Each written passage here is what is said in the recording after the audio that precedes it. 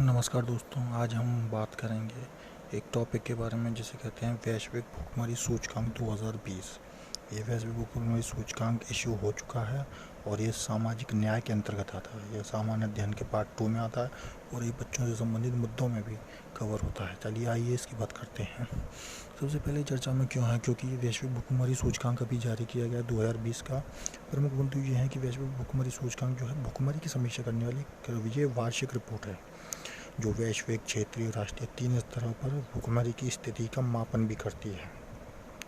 भारत की स्थिति क्या है कि भारत की स्थिति 2020 में 107 देशों में 94वें स्थान पर है। 2019 में ये 170 देशों में 102वें स्थान पर थी और 2018 में भारत 103वें स्थान पर था। यानी कि भारत लगातार इम्प्रूव कर रहा है, लेकिन भारत भुखमरी सूचकांक में 27.2 के स्कोर के साथ गंभीर श्रेणी में है। वैश्विक परिदृश्य देखा जाए तो भारत से केवल 13 देश ही खराब हैं, जिसमें रवांडा 97 पे है, Nigeria 98, Pakistan Afghanistan 99, Liberia 102, Mozambique 103 और चाड 7 में ये। और इसमें वैश्विक भुखमरी सूचकांक के अनुसार 3 देश यानी सबसे नीचे से गिना जाए तो चाड, तिमोर लेस्ते और मेडागास्कर भुखमरी के खतरनाक स्तर पर हैं।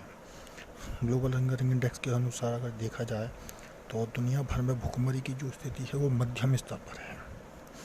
अब क्षेत्रीय परिदृश्य देखते हैं, जिसमें श्रीलंका भी बेहतर स्थिति में है 64वें पे, नेपाल भी 73वें, पाकिस्तान 88वें, बांग्लादेश 75वें, इंडोनेशिया 70वें जैसे देशों से भी हम पीछे हैं। चाइना की भी इसमें अच्छी रैंकिंग है। प्रमुख संकेतक जो उसके होते हैं उस पर भारत का प्रदर्शन क्या था कि भारत की 14% जो आबादी है वो अल्प पोषित है और ये चार्ट्स भी आपको थोड़ा सा दिखा देते हैं डिटेल्स। भारत में बच्चों में जो स्टंटिंग की दर है वो 37.4% दर्ज की गई है। अब स्टंटिंग क्या होता है? स्टंटिंग वो प्रक्रिया होती है जिसमें उम्र तो बढ़ जाती है लेकिन हाइट नहीं बढ़ पाती। तो यह जो दिखाता है कि ये क्रोनिक कुपोषण को दर्शाता है। ये आमतौर पर कैसी जगह पर होता है जहाँ गरीबी होती है, सामाजिक आर्थिक स्थितियाँ भी इसके लिए जिम्मेदार हैं, कमज़ोर मातृ का स्वास्थ्य यानी कि माता का स्वास्थ्य भी खराब होता है और ये पोषण से भी जुड़ा होता है। और भारत में बाल मृत्यु दर कितनी है जिसमें सुधार हुआ है वो अब 3.7% है। बाल मृत्यु दर को काउंट किया जाता है कि जो कि 5 वर्ष से कम आयु के बच्चों की मृत्यु दर को बताता है। और एक और अदर पैरामीटर है इसका, वो है चाइल्ड वेस्टिंग। इसमें स्थिति भारत की में गिरावट देखी गई है और भारत का स्कोर है 17.3%। इसमें क्या होता है चाइल्ड वेस्टिंग में? इसमें क्या होता है कि बच्चों की हाइट के हिसाब से उनका वजन कम होता है और यह तीव्र या फिर एक्यूट कुपोषण को दर्शाता है। तीव्र कुपोषण का सबसे चरम और दृश्य रूप जो है शरीर के बाहर से दिखाई देता है। रिपोर्ट संबंधी प्रमुख निष्कर्ष क्या हैं? स्टंटिंग जो है मुख्यतः बच्चों के बीच केंद्रित है।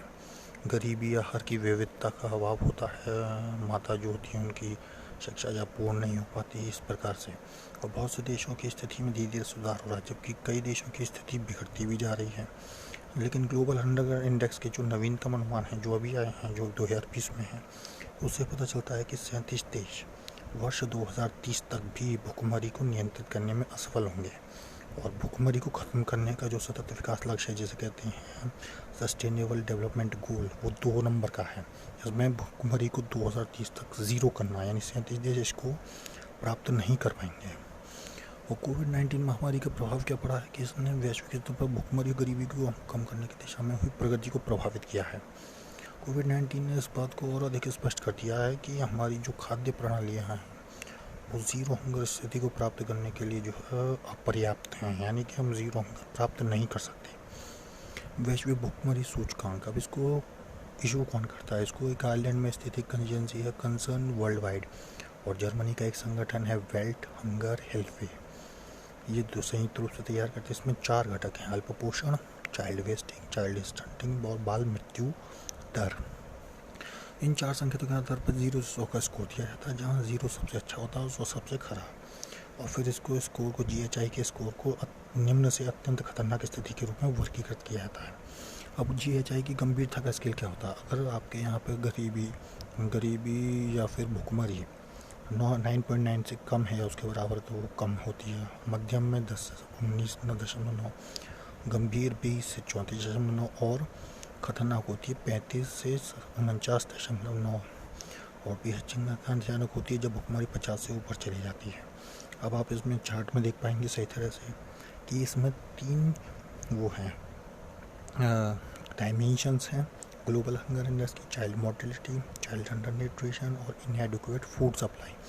और उसमें 4 हैं पैरामीटर्स, 4 इंडिकेटर्स कही जा सकती हैं, जिसमें कि 2 इंडिकेटर चाइल्ड अंडर न्यूट्रिशन में है, स्टंटिंग के और वेस्टिंग के, जो 1/6 लेके अपना वो पूरा करते हैं। अब इसमें निष्कर्ष क्या निकलता है कि GHI में भारत के प्रदर्शन को देखते हुए मौजूदा कुपोषण स्थिति में सुधार के जो प्रयास किए जा रहे हैं, उनमें बदलाव की आवश्यकता, उन्हें इम्प्रूव करने की आवश्यकता है। और भारत ने वर्ष 2022 तक कुपोषण मुक्त भारत के लिए एक योजना विकसित की है, लेकिन वर्तमान रिपोर्ट इसको पूरा होते हुए नहीं दिखा रही है। इसलिए भारत सरकार को चाहिए कि वो इसमें अपेक्षाकृत बदलाव लाए और सुधार करें। Thank you very much.